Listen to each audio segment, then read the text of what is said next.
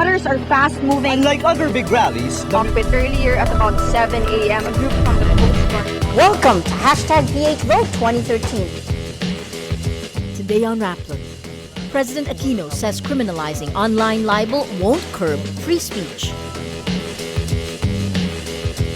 A report says the Philippines is the third most dangerous country for journalists in 2013. And the Commission on Appointments confirms the promotion of 2 generals tagged in human rights cases.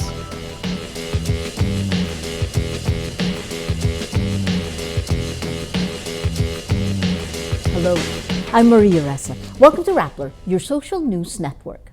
President Benigno Aquino says criminalizing online libel will not suppress freedom of expression. On Wednesday, Aquino expresses support for the Supreme Court's decision ruling online libel constitutional under certain conditions.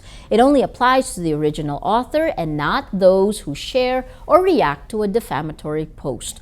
Netizens and media groups protested the online libel provision, but Aquino says it does not make sense to exempt the internet from libel just because it's a different medium. He adds, "Let me repeat, if what you said is true, then why would you be unnerved by the issue of libel?" While critics say the ruling is a huge step back for freedom of expression, Senators Chis Escudero and Sonny Angara say Congress's next move should be to decriminalize libel, meaning remove the prison penalty. Under the revised penal code, people found guilty of libel will be fined and imprisoned for 6 months for every count of libel. International groups urge the Philippines to decriminalize libel, saying the prison penalty is excessive and violates freedom of expression. More netizens are expressing what they think about the Supreme Court's ruling on the cybercrime law. The law continues to divide public opinion, outrage from critics, praise from supporters. Pennant says the cybercrime law is oppressive and adds the first step in removing a democracy is to remove freedom of expression. After that settles in, the takeover is nice and easy. Zach Pagkanlinawan sees the pros and cons. He says the cybercrime law on the whole is good, but the libel provision clearly violates the 4th section in Article 3 of the Constitution, which basically says no law shall be passed abridging the freedom of speech. But Arvin Penetrante supports the court's ruling. He says this law is definitely a step forward for the Philippines in the internet era. For the people that say the law limits your freedom or right to expression, please remember that your rights end when the rights of others begin. Bad news for journalists in the Philippines. We're working in the third most dangerous country in the world, according to a report by the London-based International News Safety Institute. In 2013, 14 journalists died in the Philippines. This places the country just behind Syria, the deadliest country for 2 years in a row, and Iraq. Last year, a separate report by the Swiss-based Press Emblem campaign ranked the Philippines the 7th most dangerous country for reporters. Unresolved media killings remains a concern in the Philippines. The 2009 massacre of 58 people, including 32 journalists in Maguindanao, remains unresolved. The report says more print journalists were killed in 2013 than any other medium. The report also says more journalists died during peacetime compared to those covering armed conflict. The Commission on Appointments, or CA, confirms the promotion of 2 generals tagged in human rights cases.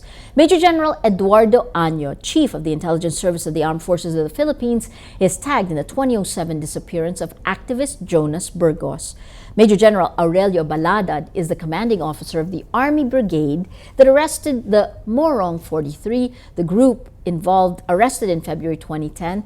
The military said they're New People's Army members, but other groups say they were health workers training poor villagers. Senator Sonny Trillanes defends the 2 generals' confirmation, saying the issues against them were discussed. According to the World Meteorological Organization, 2013 is one of the hottest years on record. But aside from experiencing warmer temperatures, what does that mean for us? KD Suarez reports. The World Meteorological Organization says the past year was among the warmest years on record. 2013 was the 6th warmest year since 1850 and the 4th hottest without the El Niño phenomenon. The planet's surface temperatures were above average compared to the average from the past decades. Climate scientists say this shows an underlying trend.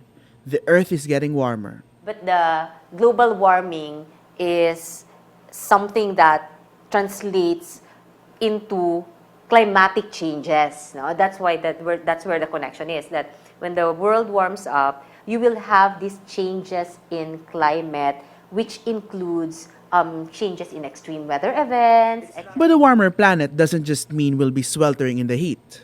Extreme heat and cold will likely be more common, symptoms of a planet falling ill. The planet is having, a temperature. Kasi you get complications. You get complications, and you don't just get high fever. Diba? Parang you get complications, certain systems in your body will shut down. And when those systems shut down, then your whole functioning of your body, diba na iba na. And that's really where the studies are right now. If you have a globally warmer world, diba, what systems will shut down? It's bad news for the Philippines. Extreme weather events such as Super Typhoon Yolanda might become more frequent. Although the connection between super typhoons and global warming is still being studied, science points towards that link. These modeling studies also show that warmer sea surface temperatures do feed into the formation and the strengthening of the tropical cyclones. And in fact, that's one of the reasons that scientists believe that in the future there's likelihood that it will be stronger, that typhoons will be stronger because of these warmer sea surface temperatures. For a population always bearing the brunt of storms and extreme weather events, the best defense is education, preparation, and adaptation. Katie Suarez, Rappler, Manila. The unrest in Ukraine's capital gets bloodier. Flames covered the main protest camp in Kiev late Tuesday as police storm it during the deadliest day of violence in 3 months of protests. TV news crews broadcast the chaos in the capital's Independence Square. Protesters throw rocks and Molotov cocktails against riot squads, fighting back with stun grenades and water cannons. At least 11 die in the clashes, while more than 150 people are injured. It is the bloodiest day since protests started against President Viktor Yanukovych in November after he ditched a trade pact with the European Union or EU under Russian pressure. The EU, United States, and United Nations are among those urging an end to the violence. Turkey's President Abdullah Gül signs a controversial law that will tighten government control over internet use. The internet bill, which opposition groups say infringes on citizens' freedom, sparks concern about the state of democracy in the country. Under the bill, regulatory body Telecommunications Communications Presidency can demand internet providers block pages considered insulting or intrusive. Although supporters of the law say the new restrictions protect individual rights, critics say it stifles freedom of expression and dissent. Turkish Prime Minister Recep Tayyip Erdogan denies accusations of online censorship. He says the proposed internet curbs aim to stop coup attempts. Erdogan adds, the internet will not be censored, freedoms will not be limited. Let's now look at Rappler's Wrap for today, a list of the 10 most important events around the world you shouldn't miss. At number 2, Thai police attempting to clear a protest camp retreat after shots were fired Tuesday. It's not clear who fired the shots, but police claim protesters had weapons. The clashes leave at least 1 policeman dead and at least 44 people hurt. The Thai authorities promised to clear intersections used as protest camps slowly and peacefully, but protesters reject their demand to leave the area surrounding the office of Prime Minister Yingluck Shinawatra. An anti-government spokesman says the government cannot work here anymore. In December last year, protesters attempted a shutdown of the capital, Bangkok. At number 7, the developer of the addictive puzzle game Candy Crush announces plans to list on the New York Stock Exchange. King Digital Entertainment says it has yet to determine the number of shares to be offered and the price range. The highly addictive game records some 700 million sessions a day and racks up daily sales of $850,000.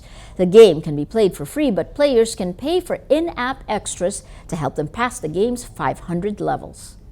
And at number 10, Harry Potter author J.K. Rowling will publish her second crime novel in June under the pen name Robert Galbraith.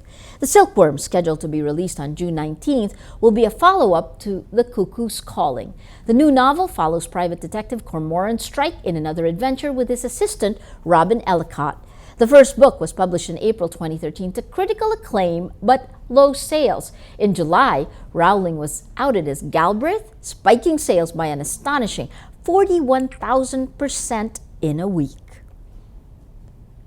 For the full top 10, visit Rappler.com's The Wrap. Every story on Rappler has a mood meter, which gives you 8 emotions to choose from. Click how you feel and your vote comes down to the mood navigator in the middle of the front page. That crowdsources the mood of the day. It also gives you the top 10 stories that have affected our readers and our viewers the most emotionally. If you take a look, these 10 stories have gotten the most number of votes on the mood meter. We see here the story that we just talked about, Tito Soto.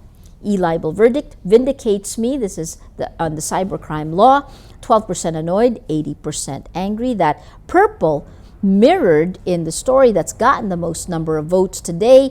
The Olivia billboard mystery solved. This is around Valentine's Day. If you live in Metro Manila, you saw signs saying, "Will you marry me, Olivia?" Turns out the Olivia billboard mystery is, I won't tell you about it now, but read it. 23% amused, 38% annoyed. That purple showing the mood of the day. Today, most people are annoyed. That is Rappler's Newscast for today, Wednesday, February 19th, 2014. Visit Rappler.com and watch our newscast Monday to Friday. Tell us how you feel on our mood meter and help us crowdsource the mood of the day. I'm Maria Ressa. As we say at Rappler, tomorrow begins today.